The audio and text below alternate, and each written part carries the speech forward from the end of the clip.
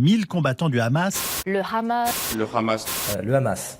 Le Hamas. Le Hamas, c'est le groupe qui a lancé ce samedi 7 octobre à l'aube une offensive meurtrière et coordonnée contre Israël. 5 jours plus tard, ce mercredi, on dénombre au moins 2000 morts, dont 8 Français, plus de 7000 blessés et des centaines d'otages. Jamais jusqu'à présent, le mouvement islamiste n'avait mené d'attaque aussi importante contre Israël. Mais alors, c'est qui et c'est quoi le Hamas ? Le Hamas, ou Mouvement de résistance islamique, a vu le jour en 1987 après la première intifada. Ce terme se traduit littéralement par soulèvement, et cette intifada, c'est une révolte populaire palestinienne contre l'occupation israélienne de la Cisjordanie et la bande de Gaza.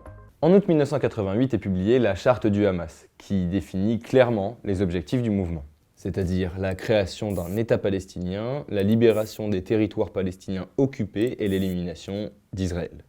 À partir de 2017, certaines positions ont été revues, comme le fait qu'il accepte un État palestinien limité aux frontières de 1967. Depuis, il est considéré comme organisation terroriste par l'Union européenne, les États-Unis, le Canada et de nombreux autres pays à travers le monde. Le Hamas, c'est donc un mouvement avec d'un côté une branche politique et de l'autre une branche militaire. Au milieu des années 2000, il gagne les élections législatives de Palestine et finit par gouverner seul la bande de Gaza, ce qui finira par cristalliser des tensions politiques internes, notamment avec le gouvernement basé en Cisjordanie et issu d'un autre parti politique. Du côté militaire, le Hamas disposerait d'une armée composée de 40 000 combattants dont la moitié serait permanent. Cette branche s'appelle les Brigades Izzadine al-Qassam et est responsable des attaques du 7 octobre.